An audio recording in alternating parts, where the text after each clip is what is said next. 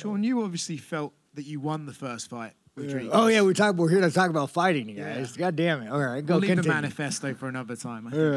I think. You know, you thought you won the first fight with Dricus, so because of that, do you even have to change your game plan, or is it just, I just go out and do what I did last time, and hopefully the judges get it right? You know, man, I've been working my ass off. I'm giving 110%. I'm doing all the right things. I'm working hard. I'm going to hit harder, do all the right things. Yeah, no, real nice here, dude. Come on, guys.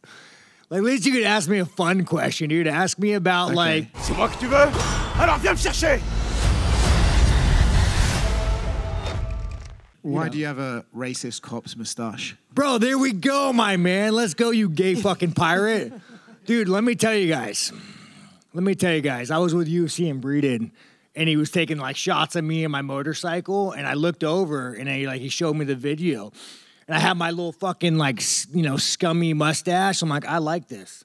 This represents me, I'm not going to go. I mean, I know I look like I should be going to a Klan meeting with Bryce Mitchell, but I don't share the same values as Bryce Mitchell. Don't do that hand gesture. Oh, yeah, no. So you got to go fist, but then we're the black, How do you feel about the Bryce, though? What do you think he handled that right? Who, Dana or Bryce? Bryce. I feel like he probably handled that pretty badly, honestly. Man, the thing that annoyed me with Bryce is he fucking apologized. Like, if you're going to be a piece of shit, dude, you got to just double down and be a piece of shit, dude. But I want to say one thing on a world stage with all the cameras about my boy Bryce. Because I want to defend Bryce. I'm not that kind of defense. What he said a little fucked up. But, what have we been hearing for the last year and a half? We've been seeing on the internet, on the interwebs, on the X, from CNN, from all the media, we've been seeing dead little brown kids being pulled out of fucking buildings. Every time I go on the news, I see Israeli bombs a hospital. Here's a dead little Palestinian girl before she wears a fucking hijab. And, like, it's the only time you can see her face, dude. But it's real fucking sad. Like, you can't be a human being and turn the news on and see these dead fucking kids missing limbs and not feel anger. So what does Bryce do? Bryce goes down the rabbit hole. And again, this is just, if anything, this is a reminder on how careful you have to be not to be radicalized. So Bryce goes down the rabbit hole and he says, well, goddamn, I don't want little fucking brown kids to die anymore. I want that to stop. And then what does Bryce do? Bryce says, oh shit, the American military is giving Israelis bombs to bomb little fucking brown kids in hospitals. And then, the natural course of action is, well, why? Well, why is America bombing little brown kids, right? And so you say, and then I would say, do we want little brown kids to be bombed? Like, if you had a button right now and you could stop giving bombs to Israel, would you, to kill little brown kids? Naturally, yes. And you and every other American would. But it doesn't stop. So now Bryce starts thinking, well, fuck, man, maybe the government, and he starts going further down the radicalization path. Well, now maybe Israel owns our government, this and that. So with Bryce, I don't think Bryce is a Nazi. I think Bryce is a fucking idiot from Arkansas who's not educated. And I think Bryce is just feeding into the propaganda. And, how many people actually agree with him? I don't. I mean, to me, the facts are, fucking these dirty Palestinians, they go in, they fucking take a bunch of little kids. If someone took my woman, if some Mexican took my woman, I'm grabbing my gun. I'm going fucking full sin. Man, woman, child, full sin. So the reality of the fact is they came in and took a bunch of hostages, and Israel was responding. But that's not what you hear. You see dead little fucking kids. So, while I had this moment, Bryce, you are a fucking idiot. You should not have said that. But he is being radicalized, and a lot of people support him, and it's wrong. But we must all look at the reasons why he said it and how he went down this path and move forward. So do you think Dricus' striking is ugly, or? Dude, Dricus is like a fucking retard on a short bus, dude. Like, he's not a good striker, but when you're just going fucking full sin, dude, he fights hard, man. Why does Alex Pereira hate him so much to fly down here during a training camp and corner you? Man, Alex, and let me tell you something about Alex, which I respect the most about, Alex has all the money. He came to America, the land of free. He's not going to get robbed in the fucking, Rio. Well, he might, but he has no reason not to be happy. He should be happy, he gets all the women, has all the sports car, but he harbors so much hate in his heart, and a part of me respects that because, like, it takes a real man to not become soft because money, and Alex just harbors the hate. So, hey, I respect you, Alex. You think he actually does dislike Dricus for some reason, or is he just wants to back you up? No, dude. I just think he harbors hate. I think Alex is one of those guys, dude, that he's like a fucking bullet, dude. You just point him in the right direction, he goes full send. I spoke with Coach Nixick last month, and he said that when you fought Israel, you fought with nothing to lose, and that when you fought Dricus, you fought to not lose. How do you adjust that mindset coming into this rematch? Let me stop you right now, guys. That only happened because a dirty fucking Dutchman hit me with a headbutt. You know how hard it is, dude? How much blood you got running through your eyes? It would have been an easy fight if it wasn't for that. I'm going to put that retard back on a short bus, and I'm going to send him to fucking preschool. Last time you got a great reception here in Australia, and the fans love to cheer you on, but I know you're not the biggest fan of the way things happen here in Australia, so what would be some changes you'd make to make it a bit more desirable? Man, where's that one fucking communist reporter? Is he still in here? I got to fight that motherfucker, dude. You know how much shit I got from that, dude, when I made fun of Transformers? You see what I did there? That's my Instagram. That's what the Instagram says. You got to say Transformers. But, yeah, that guy was a fucking cunt, dude. Thanks for not letting him in here. Whoever you are, you fucking cunt. But, man, it's really hard. You guys got a lot of cameras here. It's like you guys red light cameras, cell phone cameras, fucking seatbelt cameras, speed cameras. Like, how do you get a fucking blowjob while you drive? You get a ticket for that? Is there that kind of camera? Yeah, it's real fucking communist here. So, but it is a really beautiful country. And, I would like to consider Australians as English white trash and even some Irish. They sent a lot here.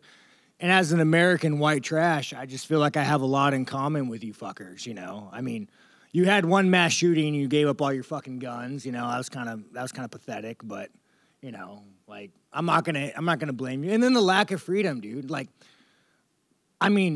How insane is it that we're in a modern country and hate speech is a thing? That is so fucking wild that you could make fun of COVID and next thing you know, the government's kicking down your door, hauling off a pregnant lady. I can't even say Transformers the correct way without potentially getting my visa revoked. We're in a modern fucking country with running water, and you guys don't have freedom. Real bad, dude. Real fucking bad. Anyways, that's all. Last one from me. I just want to know what it means for you to see Tatiana on this card and getting her title shot. Oh, dude, I love Tatiana, dude. You want to talk about the short bus, my man. Bro, Tatiana, Tatiana's not dumb. She's a college graduate, guys. I didn't even go to elementary school, right? I literally have completed 3 years. Not even completed. I've went to school for 3 years of my life. But Tatiana has that, magic, bro. She has that, autism magic that just, transcends into this fucking beast of a wrestler. I'll tell you when I knew Tatiana was autistic for the first time. It's a true story. I was at Millennia, and I was saying something, and I don't know if it was funny or not, but she started laughing 30 seconds after the joke was said, and we all kind of looked at Tatiana, and we're like, what's up?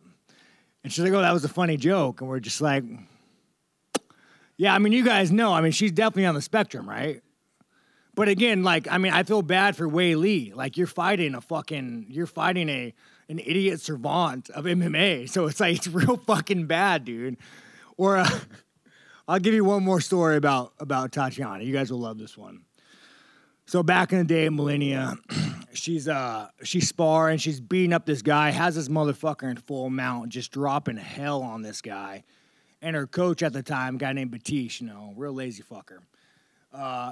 He was she's dropping hate. And then Batish's like, whoa, Tatiana, chill out. Tatiana will drop in the heat, looks at him, says, fuck you, Batiste, and just keeps fucking blasting this guy's face. So it's dude, Tatiana's a scary bitch, dude. Straight scary. If she was a fucking man, I'd have to shoot her. We need to talk about Mr. Chimaev. All right? Let's talk about this fucking guy. I keep hearing Chimaev this, Chimaev this, Chimaev that, but what does the history and facts say about Chimaev? And you guys are media, you should know this. Chimaev fled Chechnya with his family because, you know, an oppressive warlord dictator that killed people indiscriminately. No hate on him. It's your country. He goes back to Chechnya. You know, he goes back to Chechnya because somebody wants to buy him a G-Wagon. And he's like, oh, yeah, I'll be that whore. I'll do it. I'll fucking bend the knee for you, man. I like fucking G-Wagons. And then what happens? The leash gets way too tight. And you know what? I think the U.S. government kind of looks at him like a terrorist now. Why? Because people get murdered all the time in Chechnya and they completely violate human rights. So now Chimaev's scared as shit. Like, oh man, dude, I wanted to be a whore, but I didn't want to go full tip. Now he fucking flees to like somewhere in the sand pit. And now he's hiding out in the sand pit. And now what does he do? Fucking Chimaev, what does he do? He has a Bitcoin fucking scam, and he scams all his fans. And let me tell you guys something. I had the same Bitcoin scam offered to me. It was like 200,000. And I was like, no, fuck you, dude. I'm not going to scam my fans.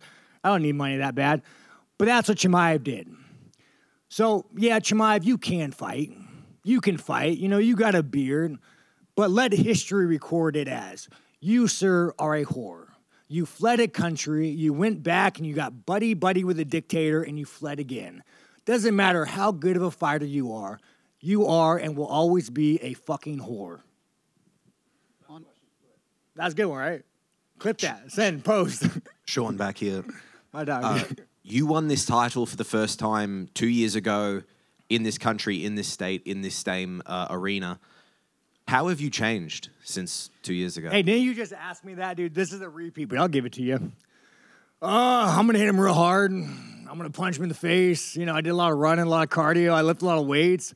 Like, you got to be more specific, my dog. I work my ass off, dude. I train with the best in the world every fucking day, dude. If I haven't got better, I don't know, man. I need to take more fucking steroids. I got to go to Saudi Arabia for 6 months, you know? The UFC title is considered by some to be kind of the key to everything. It opens a lot of doors. Dana has said that before. It's kind of the master key to a lot of doors, not from a fighting perspective. You know what it is? If you're a fucking shill, if you're a fucking cunt like my boy Izzy, and you want to go suck off the China government, and you don't have 1 ounce of freedom of speech or dignity, it opens up a lot of doors. I mean, hell, like, you know, how many, what like the UFC's buddy with Saudi Arabia now? I shouldn't say this, dude, but I mean, look at my boy Vivek.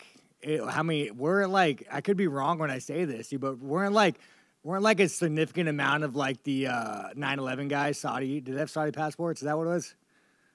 Is that? Are you backing them up, right? I think that's what it was. And then the crazy thing about that, guys.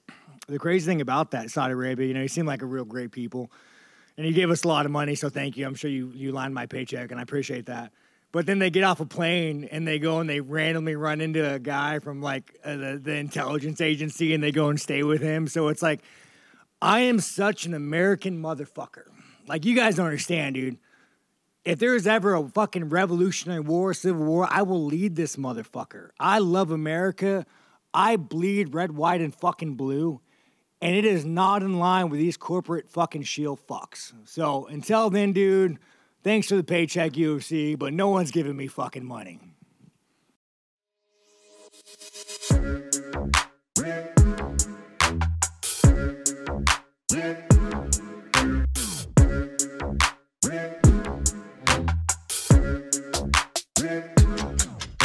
I'm fucking coming for you!